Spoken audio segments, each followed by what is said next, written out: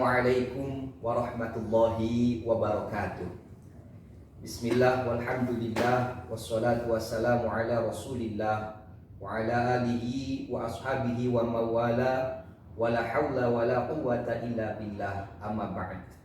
Rabbi syrah li sadri wa yassir li amri wahlul 'uqdatam min lisani yafqahu qawli ya fatahu ya alim.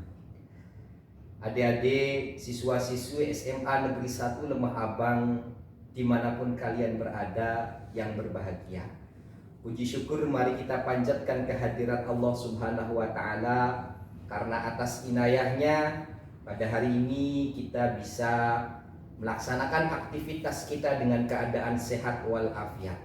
Dan mudah-mudahan puasa kita pada hari ini khususnya dan pada Ramadan tahun ini menjadi puasa yang lebih baik dari tahun-tahun sebelumnya.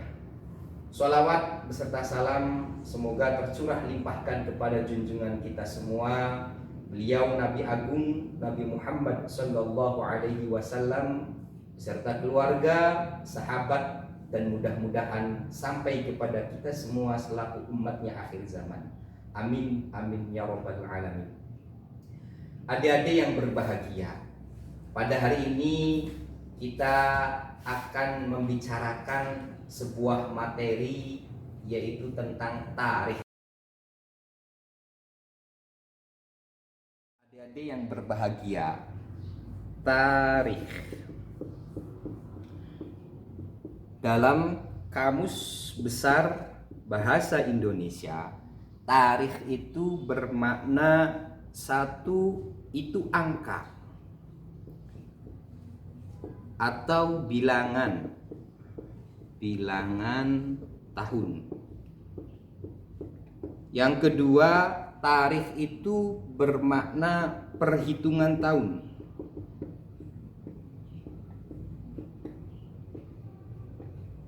Tiga, yaitu tanggal. Dan yang keempat, tarikh dalam Kamus Besar Bahasa Indonesia itu adalah sejarah. Nah, sebagaimana kita tahu bersama adik-adik, sejarah yaitu suatu kejadian masa lampau yang benar-benar terjadi, ada tokohnya, ada waktunya, dan ada kejadiannya, serta tidak bisa diulang kembali. Inilah yang dimaksud dengan sejarah. Untuk pengertian lebih detail, silahkan nanti adik-adik bisa melakukan pendalaman materi yang akan dibagikan atau mencari di referensi yang lainnya tentang makna tarikh dan sejarah. Karena waktu terbatas, kita langsung nanti masuk ke dalam bahasan materinya. Nah, kembali ke awal, tarikh. Tarikh atau sejarah tentunya di sini bukanlah sejarah umum atau sejarah Indonesia. Yang dimaksud akan dibahas di sini adalah tarikh Islam atau sejarah Islam. Timbul pertanyaan, kenapa sih Pak kok kita harus belajar sejarah? Kita ingat, tadi dikatakan sejarah itu adalah kejadian yang benar-benar nyata terjadi. Maka salah satu pertanyaan yang jawabannya harus kita tahu, bahwasanya kenapa kita harus belajar sejarah? Karena ini kejadian masa lampau, setidaknya kita harus belajar dari sejarah untuk kita praktekkan dalam kehidupan sehari-hari. Ingat, Rasulullah bersabda, sebaik-baik manusia adalah orang yang hari ini lebih baik dari kemarin dan esok harus lebih baik dari hari ini. Itulah kenapa kita harus memahami atau belajar tentang sejarah. Berbicara tentang tarikh atau sejarah Islam, para ahli sejarah sepakat bahwa sejarah Islam itu dimulai ketika Nabi Muhammad diangkat menjadi Rasul, yaitu ketika beliau berusia 40 tahun.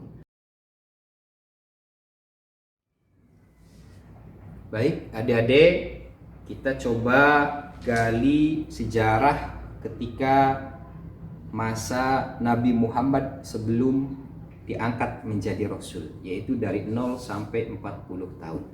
Kita tahu baginda Rasulullah Muhammad Shallallahu Alaihi Wasallam dilahirkan pada tanggal 12 Rabiul Awal. Nah, tahunnya tahun gajah. Kenapa tahun gajah? Tentunya sudah tahu semua, karena pada saat kelahiran Nabi terjadi sebuah peristiwa tentara gajah yang saat itu rajanya adalah Abraha akan menghancurkan Ka'bah. Nah, terkait masalah tanggal 12 Rabiul Awal atau juga bisa bertepatan dengan hari Senin, ini ada beberapa perbedaan pendapat. Ada yang mengatakan bukan tanggal 12 tetapi tanggal 9. Ada juga yang mengatakan tanggal 10. Kenapa mereka berpendapat seperti ini? Karena zaman yang canggih ini ternyata setelah ditarik ke belakang, 12 Rabiul Awal itu jatuhnya bukan hari Senin, tetapi hari Senin adanya pada tanggal 9 Rabiul Awal.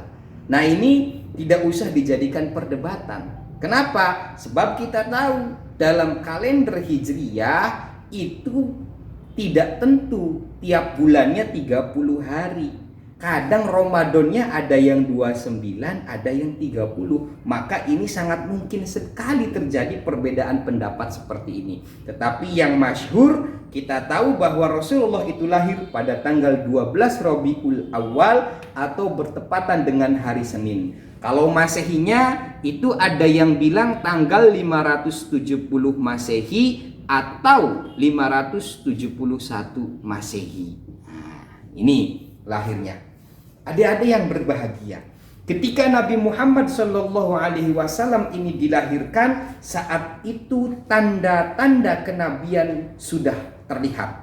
Apa saja tanda-tanda kenabian itu? Menurut Ibnu Sa'ud, bahwasanya ketika Siti Aminah melahirkan Nabi Muhammad, Siti Aminah melihat cahaya yang terkeluar, yang terpancar dari kemaluannya, dan cahaya itu menyinari istana-istana di Syam. Ini salah satu tanda kenabian saat Rasulullah lahir. Yang kedua, konon katanya menurut Al-Baihaqi, ketika Nabi Muhammad dilahirkan ke muka bumi ini, itu runtuhnya 10 balkon istana Kisra atau Kisro.